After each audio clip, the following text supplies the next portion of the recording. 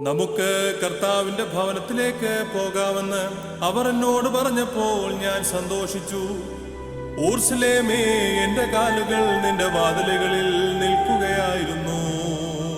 ആത്മച്ചിറകാൽ പാറും സോദരനെ ചേർക്കുക നാഥാ, നിൻ സ്ലീവാച്ചിറകിൽ അത്യുന്നതനാം മണവാളാസ്തുതിയും ദൈവം ചൊല്ലി സ്തുതി പാടും നിങ്ങൾ. രാജപുത്രി മഹത്വത്തോടെ നിലകൊണ്ടു. പള്ളി കരഞ്ഞു, മദ്ബഹ ദുഃഖിച്ചു, നിൻ ശിഷ്യന്മാർ വ്യസനത്തിൽ മുഴുകി. അത്യുന്നതനാം മണവാളാസ്തുതിയും ദൈവം ചൊല്ലി സ്തുതി പാടും നിങ്ങൾ. അത് എന്നേക്കും തന്നെ.